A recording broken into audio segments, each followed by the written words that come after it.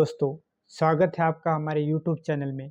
आज की इस वीडियो में म्यूचुअल फंड एसआईपी से जुड़ी उन सारी जानलेवा मिस्टेक के बारे में बात करेंगे जो आपके पैसों को डुबा सकती है।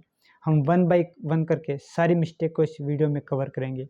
अगर आप भी एसआईपी करने का सोच रहे या एसआईपी स्टार्ट कर दिए तो इस वीडियो को एंड तक ज़रूर वॉच करिएगा। इससे पहले एक छोटी सी रिक्वेस्ट है, अगर आप हमारे चैनल पर पहली बार विजिट किए इस वीडियो को लाइक एंड चैनल को सब्सक्राइब जरूर करिएगा ताकि मुझे और क्वालिटी कंटेंट बनाने का मोटिवेशन मिले। सबसे पहली mistake, stop SIP market down. ये सबसे बड़ी गलती करते हैं। जब भी मार्केट गिरता है तो एसआईपी को बंद कर देते हैं।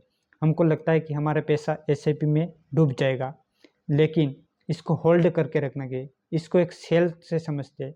मान लेते हैं कोई आपकी फेवरेट वस्तु है और उस पर डिस्काउंट मिल रहा है तो और आप उससे और ज़्यादा खरीदोगे।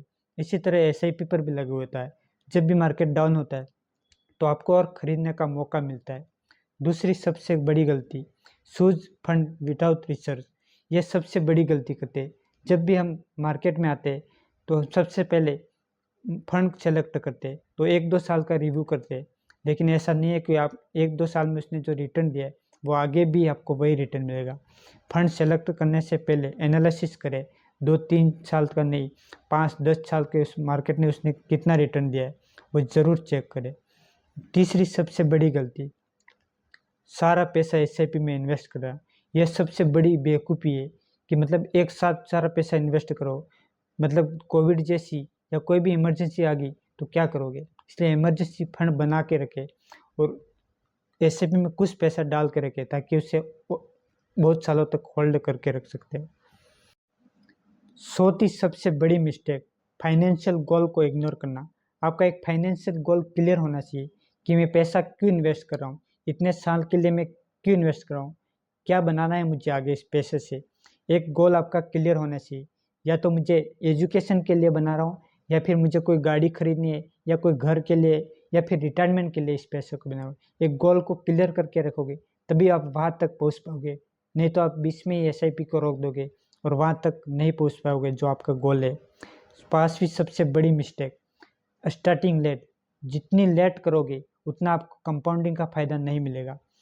जितना आप जल्दी स्टार्ट करोगे, शायद कम अमाउंट से स्टार्ट कर रहे हो लेकिन धीरे धीरे आपकी सैलरी बढ़ेगी तो सैलरी के साथ साथ एसआईपी का अमाउंट भी आप बढ़ा सकते हो।